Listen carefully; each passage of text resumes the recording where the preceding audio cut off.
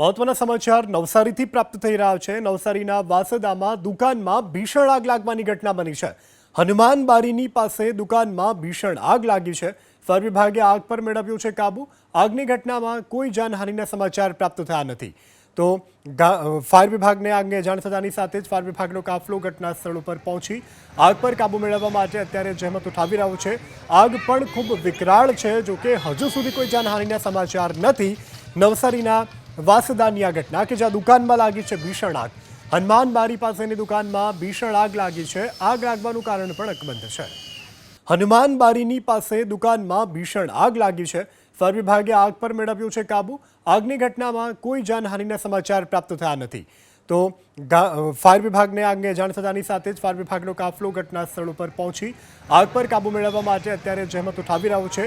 આગ પણ ખૂબ વિકરાળ છે, જોકે હજુ સુધી કોઈ જાનહાનિના સમાચાર નથી। નવસારીના વાસદાની આ ઘટના કે જ્યાં દુકાનમાં લાગી છે ભીષણ આગ। હનુમાન બારી પાસેની દુકાનમાં ભીષણ આગ લાગી છે। આગ લાગવાનું કારણ પણ અકબંધ છે।